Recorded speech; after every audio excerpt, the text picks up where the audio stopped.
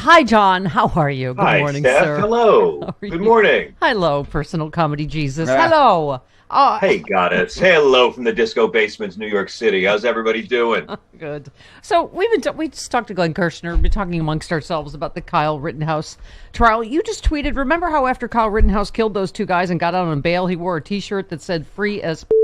And partied and took selfies in a bar, also with the white power symbol, right? And you said, "We'll stop mocking this poor baby's PTSD."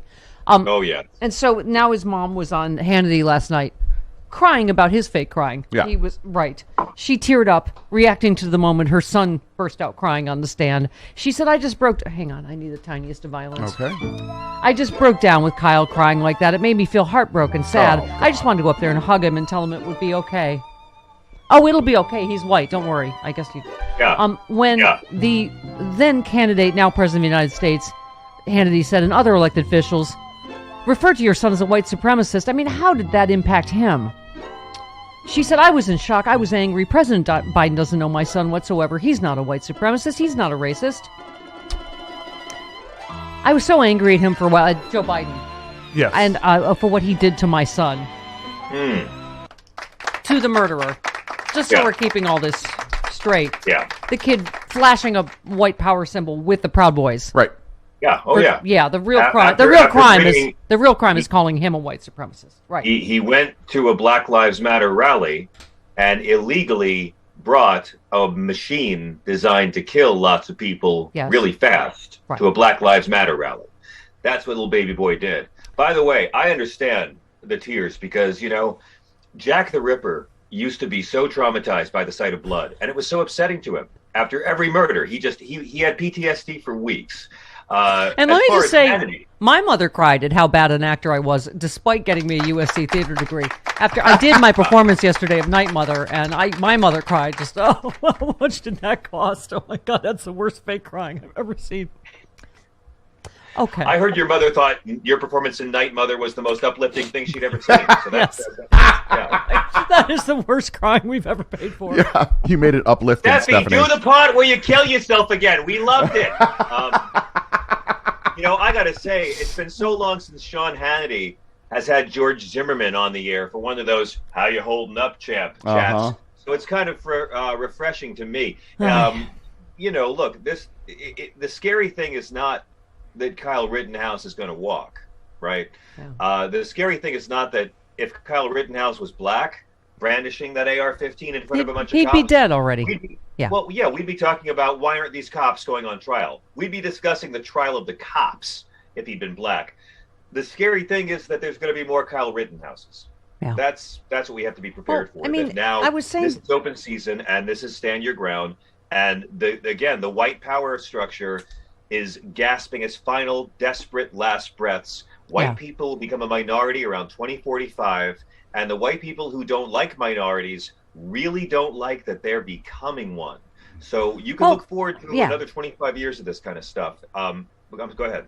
No, I mean, John, I was just saying that to Glenn Kirshner. I mean, doesn't it strike you that every story in the news today, courtroom and otherwise, is one story? From the what's happening with January 6th committee to the Ahmaud Arbery murder to the Kyle Rittenhouse trial. It's all, I mean, this story, a former firearms industry executive warned that pro-gun activists around the country are radicalizing with Trump supporters to effectively become shock troops determined to undermine democracy and threaten people with violence to get their way.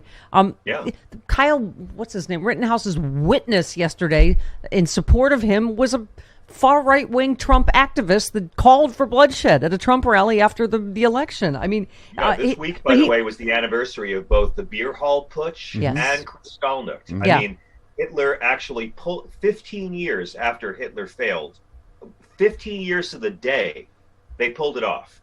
And that anniversary of both events was just this week. But this does prove one really important thing that our media gets wrong. America is not divided. The majority of us want the same things. The majority of Americans want paid leave. They want legalized weed. The majority of us want the rich to be taxed more. The majority of us want Medicare to cover vision and dental and hearing. We're not divided. White people are divided. That's the division in our country. Most of us feel one way, and one subset of white people, maybe a quarter to a third of the population, are the ones who are going to continue to be really tantrumy because they don't own everything anymore.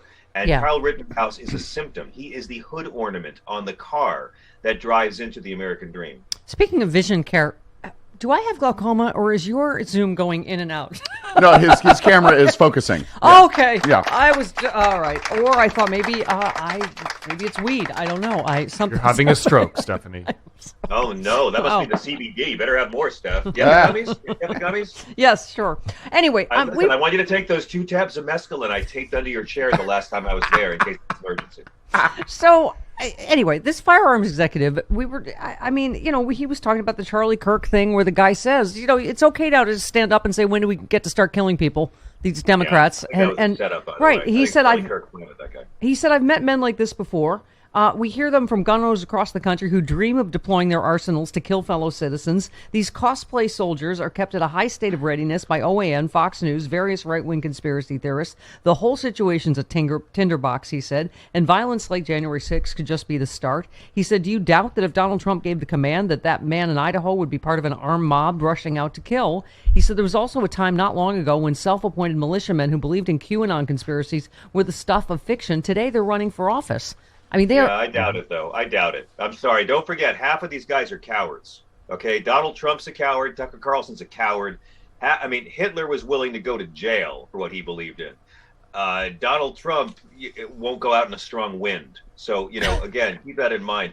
And we're not actually going to have... But that's what January 6th was. He wouldn't, but he radicalized other people to do it. Well, yeah, that's why he was the bin Laden of it. I mean, it's always the older men sending the younger men to do their fighting and dying for them. And because these white supremacists are all hushed and stupid, they don't recognize that Donald Trump pardoned none of them. He pardoned Steve Bannon, who was ripping them all off. Yeah. Well, and that's why a lot of them are turning on him and getting chatty because Paul Gosar promised them all pardons, and none of them got pardons. And, we just had Miles Taylor on, and I forgot to ask him, but his friend Olivia Troy, it's a lot of people in the vice president's office that are also talking voluntarily to the January 6th committee because, they're a little touchy about them trying to hang their boss. It's... Well, God knows the vice president doesn't care. He's not going to do it. Mike Pence still thinks he can win over people who want to hang him.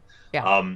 The real question is, we've had a pretty good track record so far this century of having fascists where the stupid outweighs the sinister, right? I mean, Bush and Cheney were arguably more dangerous. They were stupid. Trump was stupid. The real question is we're having sort of like smart fascist icon idol that's coming up right now. Josh Hawley is auditioning. DeSantis is auditioning. Who's going to be the fascist who's not a freaking millionaire at birth dope? We've had 2 right-wing presidents in a row who were millionaire at birth fascists. Yeah. Will Hawley or one of these other clowns be the one to pull it off? But as far as Rittenhouse goes, a little tit baby. I got to say the best part for me of the entire trial was when the judge took him out to Burger King after his testimony. Yeah.